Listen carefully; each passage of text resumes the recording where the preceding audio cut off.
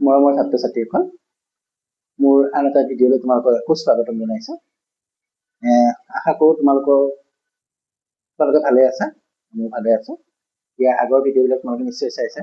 পৰীক্ষা যিহেতু পাইছেহি, তোমালোকে চাগে এতিয়া খুব চিন্তা লাগিছে, নহয় জানো? আগতকৈ পঢ়াও চাগে ভাল হৈছে, ভালদৰে পঢ়িবা। আৰু আগৰ ভিডিঅ'কেইটা যদি তোমালোকে নুবুজা থাকে, আগৰ ভিডিঅ'কেইটা চাওঁতে মোলৈ মেছেজ কৰিবা, মই তাৰ ৰিপ্লাই দিম। কিবা নুবুজা থাকিলে মই আকৌ সেই নুবুজাখিনি বুজাই দিবলৈ চেষ্টা কৰিম। আজি আকৌ উভতি আহোঁ আমি ক্লাছ 9ৰ 2.4ৰ ইউনিটটোলৈ। তাত মই 13 নম্বৰলৈকে অংককেইটা তোমালোকক আগৰ ভিডিঅ'কেইটাত কৈ দিছিলোঁ। আজি 14 নম্বৰ অংককেইটা আৰু 14, 15 আৰু 16 এই তিনিটা অংক মই কৰিবলৈ আগবাঢ়িছোঁ। চোৱাচোন 14 নম্বৰ অংকটোত কি কৈছে, ঘনফল প্ৰকৃতাৰ্থ নিৰ্ণয় নকৰাকৈ তলৰ প্ৰতিটোৰ মান নিৰ্ণয় কৰা।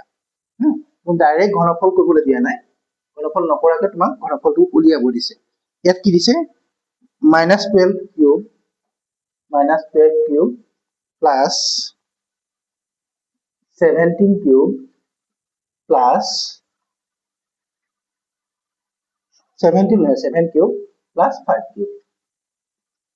আমি ইয়াৰ আগতে এটা ফৰ্মুলা পাইছিলো, যদি a plus b plus c equal 0 হয়, তেন্তে a cube plus b cube plus c cube equal কিমান হয়, 28abc হয়। ইয়াৰ আগৰ চেপ্টাৰটোত নহয়, আগৰ ভিডিঅ'টোত মই দেখাইছিলো যে যদি a plus b plus c equal 0 হয়, তেন্তে a cube plus b cube plus c cube equal abc হয়। ইয়াত চোৱাচোন, ইয়াত যদি মই -12টোক a বুলি ধৰো, 7টোক b বুলি ধৰো, ইয়াক c বুলি ধৰো, তেতিয়া -12 যোগ 7 যোগ 5 ইকুৱেল কিমান হ'ব, -12 যোগ 12 সমান 0। হয়নে? মানে abc মান কিমান ওলাই আছে, 0। তেন্তে a cube plus b cube plus c cube equal কিমান হ'ব, 28abc। হয়নে? 3 বাৰ 36, 7 5 গুণ 35, 35 আৰু 36 পূৰণ কৰিলে কিমান হ'ব, 36, 35, 5 6 গুণ 30, 0 7 3, 5 3 15, 16 17 18, 3 4 18 8 1, 3 3 9 1 10, 0 6 2 1 1 1 6 0। ভুল হৈছে নেকি বাৰু? ভুল হৈছে নেকি? 5 6 30 0 8 3, 5 3 15, 16 17 18, 3 4 18 8 1, 3 9 1 10, 6 1 1। বহুত ভুল হৈছে।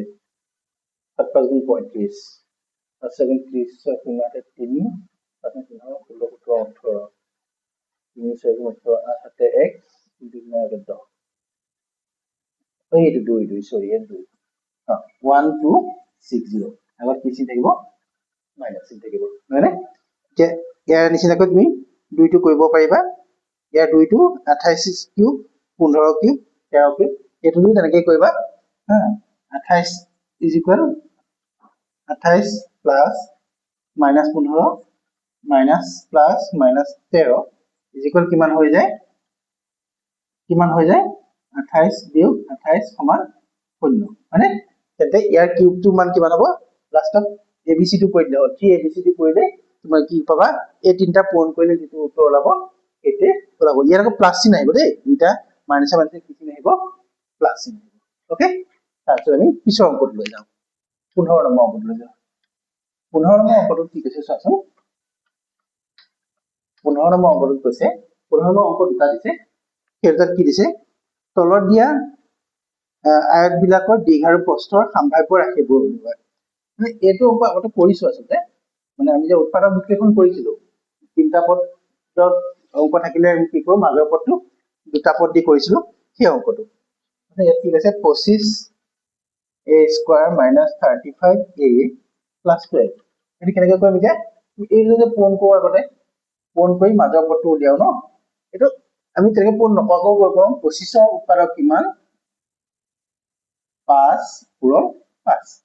12ৰ উৎপাদক কিমান, 2 পূৰণ 2 পূৰণ 3। এতিয়া ইহঁতৰ মাজত এনেকুৱাকৈ কৰা যাতে উৎপাদক দুটা ভাগ কৰিলে 35 আৰু তাৰ যোগফল হ'ব লাগিব।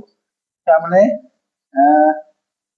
এইকেইটা যেনেকৈ কৰো চাচোন, 5 4 গুণ 20, 5 3 গুণ 15, 20 15 কিমান, 35 হৈ গ'ল। 25a স্কোৱাৰ মাইনাছ 20 যোগ 15 a প্লাস 12 এবার হল 25 a square minus 20 a minus 15 a যোগ 12 এই প্রথম যোগ পৰা কমন লব পাৰিম কিমান 5 a কমন ললে এৰিব 5 a minus 4 এটা যদি 5 a minus 4 কো তে কিমান থাকিব ইয়াত minus 3 তাৰ মানে 5 a minus 3 আৰু 5 a minus 4 এটাকে দিক কিমান হ'ব যদি দিকটো বেছি এটাকে আমি দিক বুলি ধৰো দিক ধৰিব পাৰিম 5 a minus 3 আৰু প্ৰস্থ ধৰিব পাৰিম প্ৰস্থ কিমান ধৰিব পাৰিম 5 a minus 4 ঠিক আছে নে বুজি পাইছে এতিয়া তাৰপিছত আমি ইয়াৰ পিছৰ অংকটো লৈ যাওঁ পিছৰ অংকটো কি আছে চোৱাচোন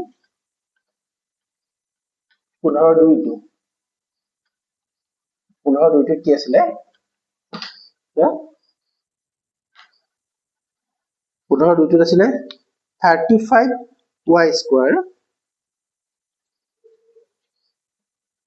35y square plus 13y minus 12 okay এটো কেনেকৈ কৰিম আমি 35 টো উৎপাদক উলিয়ালে কিমান হ'ব 35 উৎপাদক উলিয়ালে 5 7 গুণ 35 12 টো অৰ্থনিছে 2 পূৰণ 3 এতিয়া উলিয়াব লাগে বিয়োগফলত 13 কেনেকৈ লম চাও 7 3 গুণ 21 5 4 গুণ 20 নহব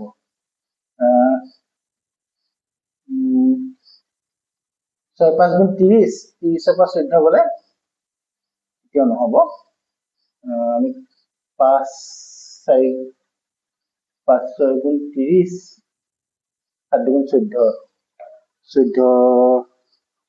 নহব 35 টো ঠিকে আছে 5 গুণ 35 আমি এনেকৈ কৰি চাও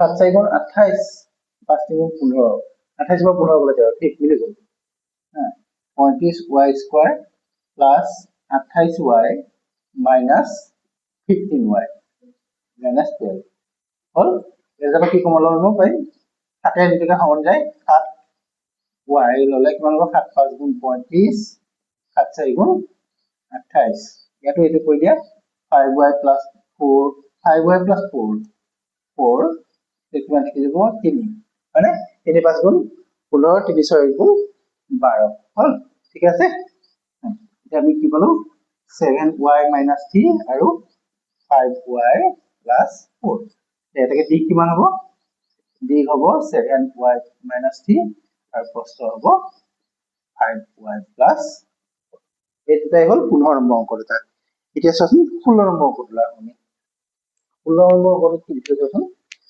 16 নম্বৰ অংকটো দিছিলে এবাৰ তোমাৰ দিক প্ৰস্থ ওচৰত তিনটা উলিয়াব লাগে দিক প্ৰস্থ ওচৰত তিনটা উলিয়াব লাগে 16 টো চোৱা 16 টো কি দিছিলে একটো 3x স্কয়ার minus 12 একে সহজ অংক 3x স্কয়ার minus 12 এত কি কৰিব পাৰিম আমি চাচোন ইয়াক দিয়া উৎপাদক উলিয়াব লাগে উৎপাদক উলিয়াবলৈ আমি ইয়াত এই দুটা পদ আমি দুইটা বা কি কমন লব পাৰিম 3 কমন লব পাৰিম তেতিয়া কি থাকিব x স্কয়ার minus